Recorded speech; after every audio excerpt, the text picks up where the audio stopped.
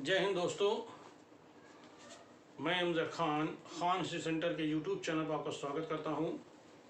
दोस्तों, आप लोग का बहुत सहयोग मिला है कि लगातार मेरे सब्सक्राइबर बढ़ रहे हैं, वीडियो भी लोग देख रहे हैं और आप लोगों से और भी उम्मीद है कि आप लोग इसको और भी इसको शेयर करें, लाइक करें, सब्सक्राइब करें, जो आपके जानने वाले उनको भी दें। आज मैं बहुत इम्पोर्टेंट मूर्तिकार को लेकर के आया हूँ और उस मूर्तिकार का नाम है राम जी सुतार। उस मूर्तिकार का नाम है राम जी सुतार। पिछले साल इस पे क्वेश्चन भी आया था, आगे भी आने की संभावना हो सकती है। तो आइए हम लोग आज एक नए मूर्तिकार के बारे में जानने का प्रयास करेंगे, हम जिन्हें हम लोग समकालीन कलाकार भी कह सकते हैं, समकालीन मूर्तिकार भी कह सकते हैं। तो सबसे पहले इनके हम जन्म की बात करते हैं, मृत्यु की बात नहीं करेंगे क्योंकि अभी ये ऊपर वाले की दया से ये जीवित है, ठीक है ना। तो इनके सबसे पहले हम लोग जन्म की बात करते हैं। तो इनका जो जन्म हुआ था 19 फरवरी 1925 में महाराष्ट्र के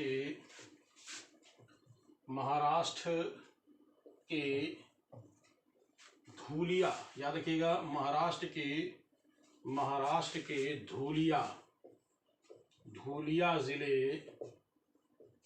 धूलिया जिले में गोंदूर नामक गांव में, कौन से नाम, गोंदूर गांव में इनका जन्म हुआ था।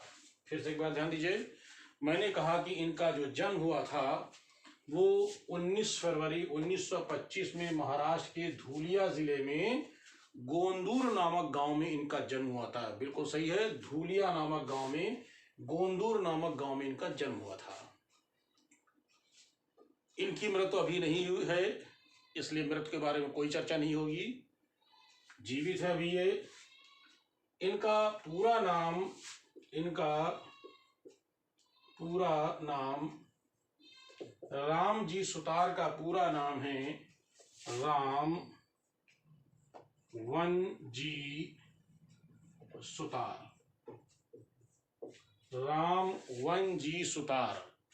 सुतार का मतलब होता है शिल्प या बढ़ई। सुतार का मतलब होता है शिल्प या बढ़ई। वास्तव में इनके परिवार में सुतार नाम नहीं था, लेकिन इनमें जो कला थी उस कला के आधार पर इनका नाम सुतार पड़ गया और इस तरह से ये इनका पूरा नाम हो राम वन जी सुतार। वन जी जो था, वन जी इनके पिता का नाम था। इनके पिता का जो नाम था, इनके पिता का नाम वन जी हंसराज। इनके पिता का नाम था वन जी हंसराज, जो गांव के किसान थे। इसी गरीब किसान के परिवार में इनका जन्म हुआ और इनका जन्म जब हुआ तो ये बचपन से इनको कलाकृतियां बनाने का शौक था। बचपन से गांव में ये कलाकृतियां बनाते रहते थे, छोटी छोटी नई नई चीजों को बनाते थे। बड़े हुए इनका प्रमीला, क्या नाम है उनका, प्रमीला नाम की एक कन्या से बाद में विवाह हो गया। यानी कि पत्नी का नाम जो था, इनकी पत्नी का नाम था प्रमीला। प्रमीला से इनका विवाह हुआ था। इससे एक पुत्र पैदा हुआ। पुत्र का नाम था अनिल सुतार। उसका नाम था अनिल राम जी सुतार। पूरा नाम था अनिल राम जी सुतार। अनिल राम जी सुतार, लेकिन अनिल सुतार के नाम से जाने जाते हैं। ये वास्तव में ये भी एक वास्तुकार हैं। क्या है ये भी पेशे से एक वास्तुकार हैं और अपने पिता का हाथ बटाते हैं। ये अपने पिता का हाथ भी बटाते हैं, ठीक है, याद रखिएगा इनका नाम है अनिल सुतार। तो अनिल सुतार जो अपने पिता का हाथ बटाते हैं, उनके साथ वर्क भी करते हैं। वर्तमान में रामजी सुतार का स्टूडियो, इनका स्टूडियो नोएडा में है। याद रखिएगा इनका स्टूडियो नोएडा में है, और इसी नोएडा स्टूडियो की जो देखरेख करता है, इनका पुत्र देखरेख करता है, उसका नाम है अनिल सुतार, यानी अनिल रामजी सुतार। ये इनके स्टूडियो की देखरेख करते हैं, और इनके पिता भी इनके मुख हैं, जो वही पूरे इनको जो टेंडर मिलता है उस टेंडर के आधार पर वो मूर्तियां बनाते हैं। तो आइए इनके बारे में हम लोग आगे चर्चा करते हैं। रामजी सुतार के जो मूर्तिकारी गुरु थे, इनके मूर्तिकारी गुरु, या कह लें इनके हम कला गुरु, ठीक है। इनके गुरु का नाम था रामकृष्ण। इनके गुरु का नाम था रामकृष्ण जोशी। इनके गुरु का नाम था रामकृष्ण जोशी, याद रखिएगा। इनके गुरु का नाम था रामकृष्ण जोशी। जोशी ने इनको मूर्ति के बारे में इनको जानकारी दी। इन्होंने ही मूर्ति बनाने की कला सिखाई। हर प्रकार की मूर्ति इनको बताई, कांसे की मूर्ति है, मिट्टी की मूर्ति है, पत्थर की मूर्ति, कैसे मूर्ति बनाई जाती है, इन्होंने इनको जानकारी दी। लेकिन इनके पास डिग्री नहीं थी, इसलिए रामकृष्ण जोशी की प्रेरणा से इन्होंने J school of art, school of art Mumbai, J school of art Mumbai से इन्होंने कला डिप्लोमा प्राप्त किया।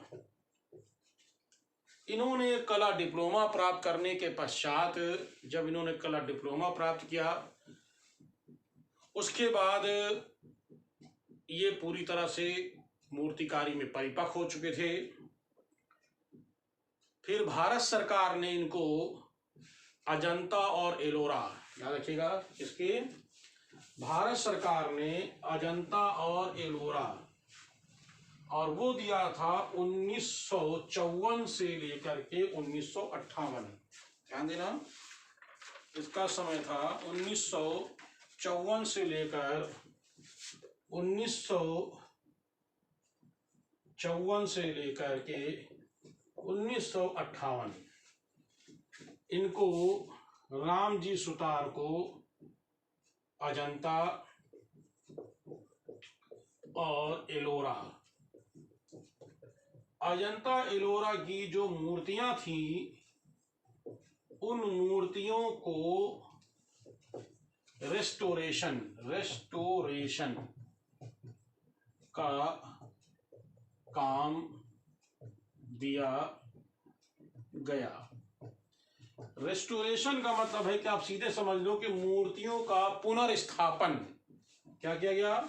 मूर्तियों का याद रखिएगा, मूर्तियों का पुनर्स्थापन, ऐसे समझ लें, इनकी पूरी तरह से मरम्मत। ये काम इनको दिया गया। कब दिया गया? 54 में दिया गया, और 58 में इन्होंने पूरा किया। इस बीच में लगभग 4 वर्ष तक की ये जो है पूरी तरह से 4-5 वर्ष तक की पूरी तरह से ये अजंता एलोरा के संपर्क में रहे। इन्होंने देखा कि किस तरह से अजंता गुफा में फ्रेस्को बीनो, फ्रेस्को सेक्को, टेम्परा का प्रयोग किया गया है। आप फ्रेस्को बीनो, सेक्को, टेम्परा के बारे में बता चुका हूँ। जिनको नहीं मालूम है, मेरा पिछला वीडियो यूट्यूब पे पड़ा हुआ, उसको देख करके जान सकता है। खैर, तो इन्होंने रेस्टोरेशन अर्थात पुनर्निर्माण का इन्होंने काम किया। पूरी तरह से इन्होंने इस काम को अंजाम दिया। उसके बाद जब ये इससे इनको पहचान मिली, भारत सरकार ने इनको जाना। फिर इसके बाद 1958 से 59 के बीच में भारत सरकार ने इनको, ठीक है, भारत सरकार ने इनको, याद रखिएगा, सूचना एवं प्रसारण मंत्रालय, इसमें भारत सरकार ने इनको सूचना एवं सूचना एवं प्रसारण मंत्रालय में नौकरी दे दी। और नौकरी में ये दृश्य विभाग कला विभाग के ये सहायक थे। किसके थे? दृश्य कला विभाग के सहायक पद पर इनकी नियुक्ति हुई थी और 1 वर्ष तक की उन्होंने नौकरी की, लेकिन नौकरी में पूरी तरह संतुष्ट नहीं थे, बंध चुके थे। उनको बंधना नहीं था बल्कि खुले रूप से उनको काम करना था। इसलिए इन्होंने 1 वर्ष के अंदर ही, ठीक है, 1 वर्ष के अंदर ही इन्होंने 1959 में इन्होंने नौकरी को छोड़ दिया, त्याग दिया या इस्तीफा दे दिया। उन्होंने नौकरी को त्याग दिया। अब पूर्ण रूप से, अब ये क्या है, पूर्ण रूप से मूर्तिकारी करने लगे। बहुत सारी इन्होंने मूर्तियां बनाई। अभी हम आपको इकट्ठा बताएंगे कौन कौन सी मूर्तियां बनाई हैं। 1999 में बीजेपी सरकार, बीजेपी यानी बीजेपी मतलब भारतीय जनता पार्टी, 1999 में भारतीय जनता पार्टी के उस वक्त जो प्रधानमंत्री थे उनका नाम था अटल बिहारी वाजपेयी। अटल बिहारी वाजपेयी की सरकार ने इनको पद्मश्री से सम्मानित किया। याद कर लीजिएगा, मैंने कहा 1999 में बीजेपी यानी भारतीय जनता पार्टी के उस वक्त प्रधानमंत्री जो अटल बिहारी वाजपेयी थे, उन्होंने पद्मश्री से इनको सम्मानित किया। ठीक है ना। उसी के बाद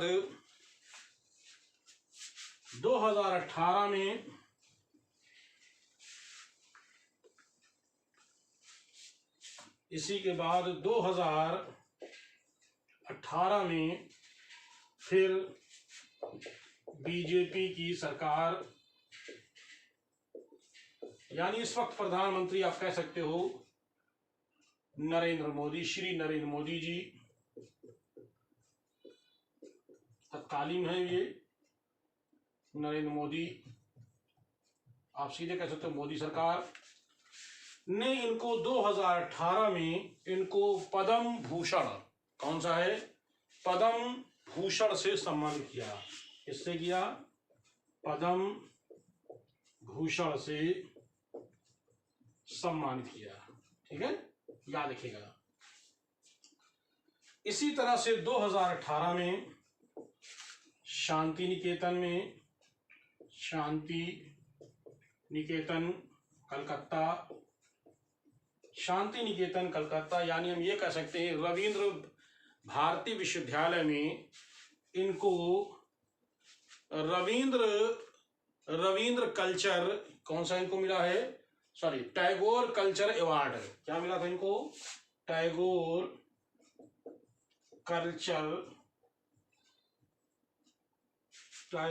कल्चर अवार्ड से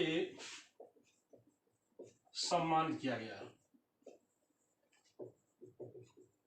ठीक है, तो इस तरह से हमने ये देखा कि 2018 में बीजेपी सरकार को क्या क्या इनको सुविधाएं मिली थी। तो इस तरह से ध्यान रखिएगा। अब आइए हम लोग देखते हैं कि इन्होंने कौन कौन सी, इन्होंने अपने जीवन में बहुत सारी मूर्तियां बनाई हैं और बहुत सारी मूर्तियां भी बना रहे हैं। फिलहाल इन्होंने बहुत सारी मूर्तियां बनाई हैं, कहाँ कितनी ऊंची बनाई है, आइए इस पर हम लोग थोड़ा चर्चा करते हैं। ठीक है, देखते हैं कि कौन कौन सी मूर्तियां हैं। तो मैंने आप लोग को कुछ इनकी महत्वपूर्ण मूर्तियां ली हैं। देखिए जरा फटाफट इनको देख लें। इसमें सबसे पहले 45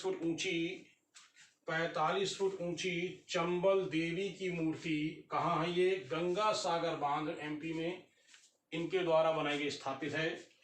21 फुट ऊंची महाराजा रणजीत सिंह की मूर्ति अमृतसर पंजाब में स्थापित है। इसी तरह से 18 फुट ऊंची सरदार वल्लभ भाई पटेल की मूर्ति, सरदार वल्लभ भाई पटेल की मूर्ति संसद भवन नई दिल्ली में स्थापित है। 17 फुट ऊंची महात्मा गांधी की मूर्ति महात्मा गांधी की मूर्ति गांधीनगर गुजरात में स्थापित है। इसी तरह से 9 फुट ऊंची भीमराव अंबेडकर की मूर्ति जम्मू में स्थापित है। और इसी प्रकार से इन्होंने भारत के राष्ट्रपति शंकर दयाल शर्मा, याद रखिएगा, भारत के राष्ट्रपति शंकर दयाल शर्मा की आधी प्रतिमा इन्होंने बनाई थी। इसके अतिरिक्त इन्होंने अपने जीवन काल की जो सबसे ऊंची मूर्ति जो बनाई है, जो आप लोग जानते भी हैं, उसके बारे में हम लोग तो इकट्ठा बाद में चर्चा करेंगे क्योंकि उसके बारे में लंबी डिटेल है।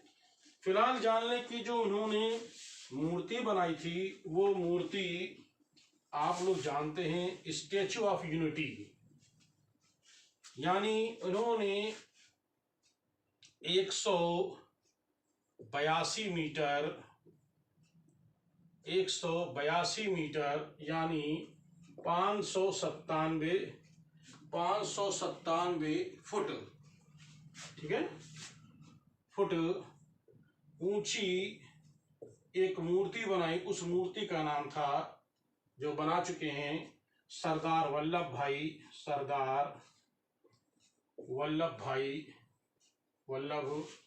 भाई पटेल की मूर्ति है, जिसको हम लोग स्टैचू ऑफ यूनिटी, जिसको क्या नाम से जानते हैं, स्टैचू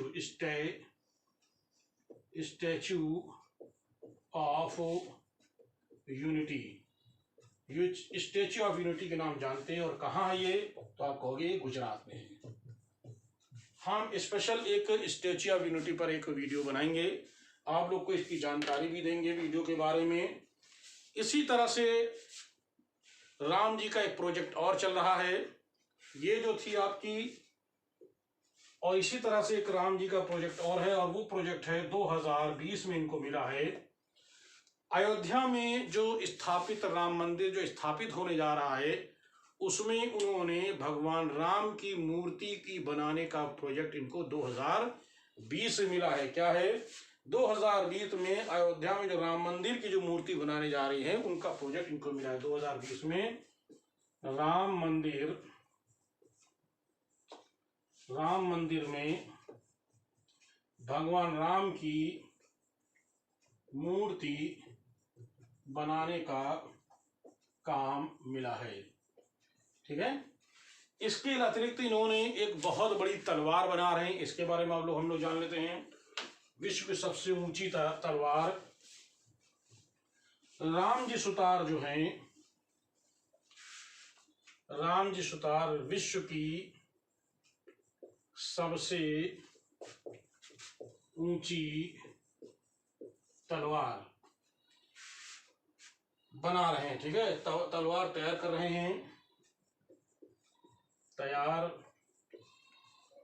हैं, जो अमृतसर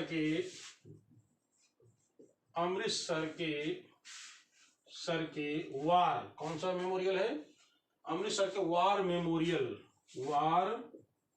मेमोरियल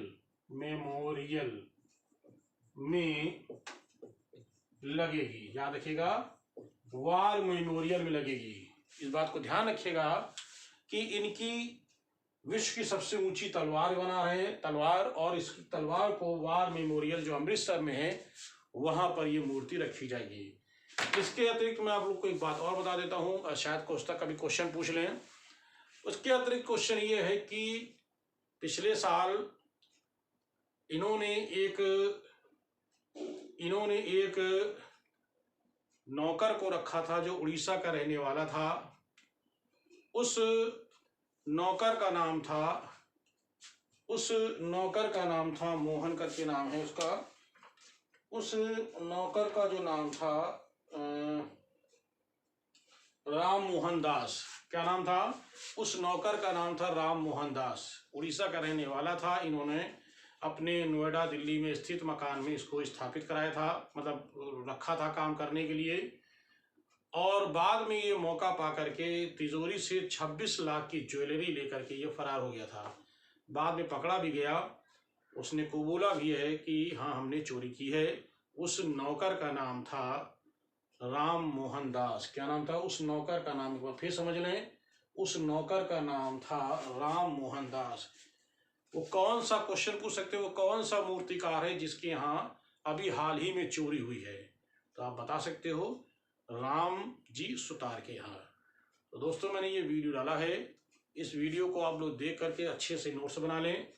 अभी और भी बहुत सारे आपको कलाकारों के बारे में जानकारी मिलती रहेगी, लेकिन फिर भी मैं कहूँगा कि अगर आपको पूरी तरह से कला को जानना है और सिलेक्शन के करीब पहुंचना है, या कह लो सिलेक्शन होना है, तो उसके लिए आपको थोड़ा से आपको मेहनत करनी पड़ेगी और मेरे साथ जुड़ना भी पड़ेगा।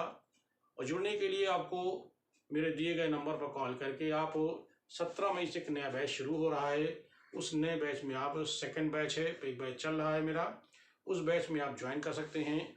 और देर मत करें, क्योंकि अगर आप इसमें ज्वाइन करेंगे तो मैं आपको वेस्टर्न या टेक्निकल से बैच शुरू करूंगा। बाकी अब आपकी मर्जी है कि आपको क्या करना है। तो चलिए, तब तक के लिए आप लोग को जय हिंद, धन्यवाद।